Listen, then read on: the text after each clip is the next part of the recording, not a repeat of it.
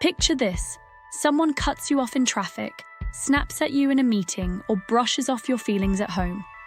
Your heart races, your fists clench, but what if, in that split second, you could turn that moment into an opportunity, not just to stay calm, but to spark a transformation in them and you? That's what we're uncovering, how to radiate the change you want to see in others.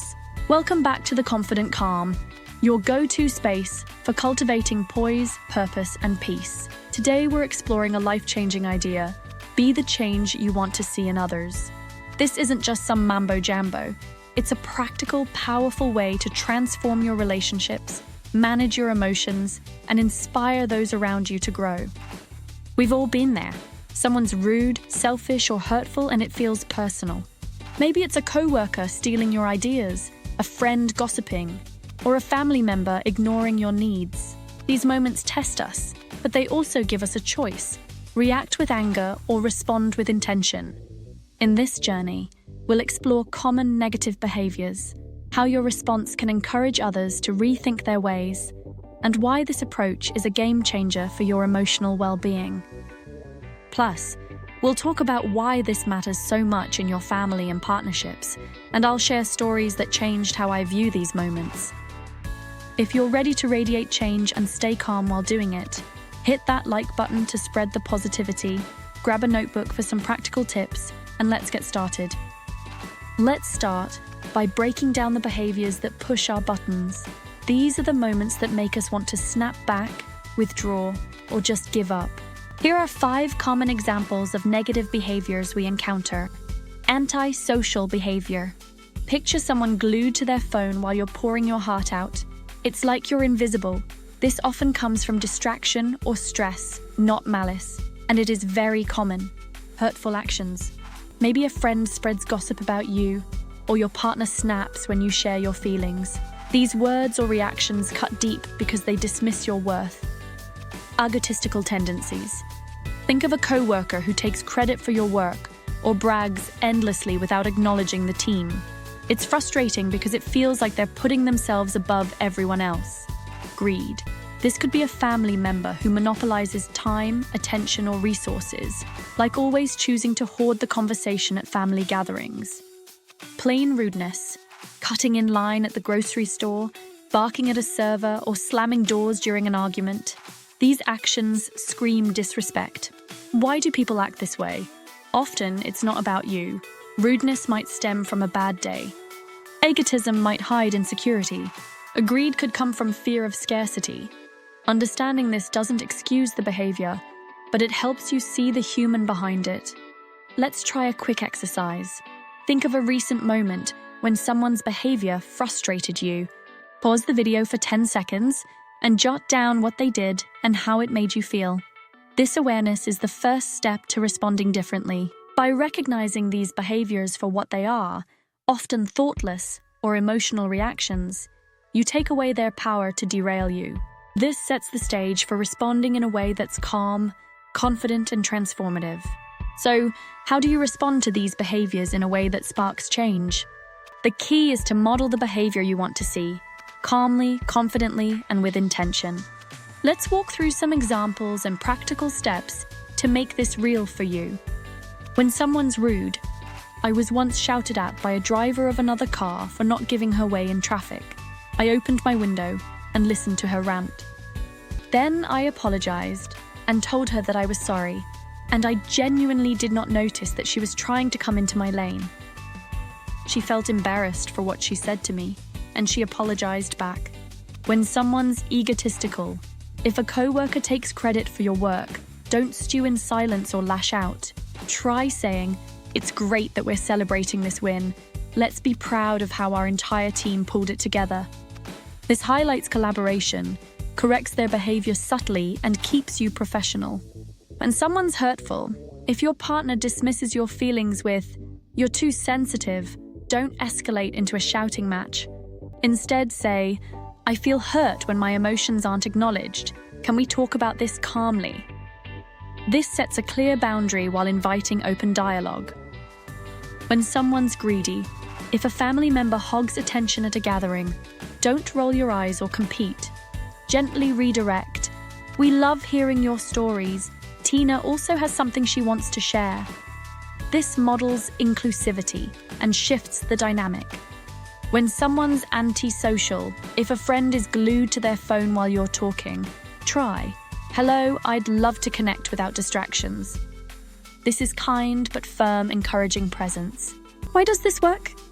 When you respond with calm confidence, you're not just reacting, you're leading, you're showing the other person a better way to communicate. They may not change instantly, but your response challenges their autopilot behavior. Let's try another exercise.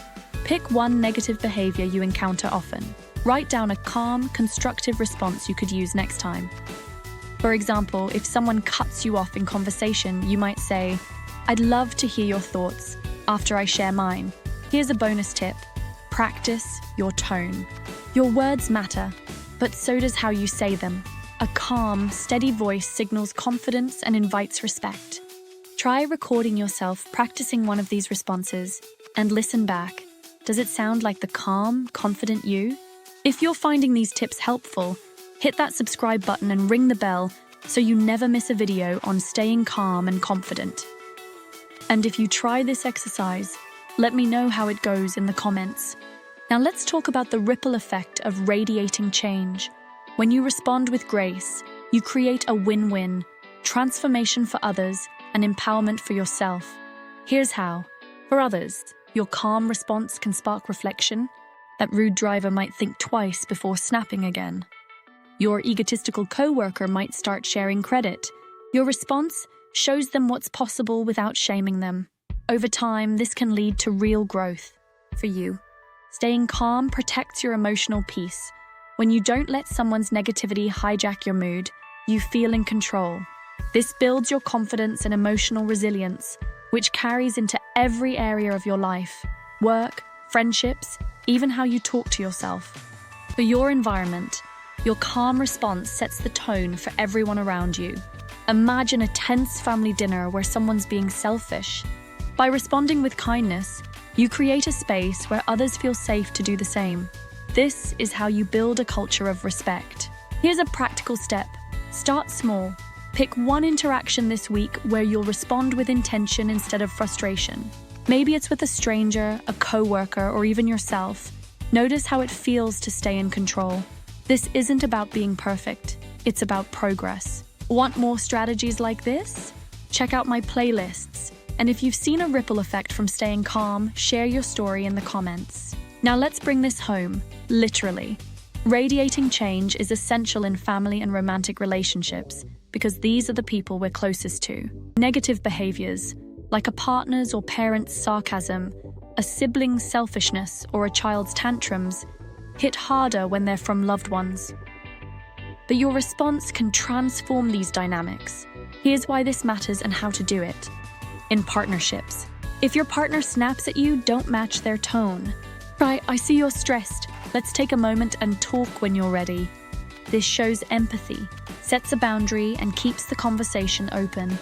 Over time, it encourages them to communicate better.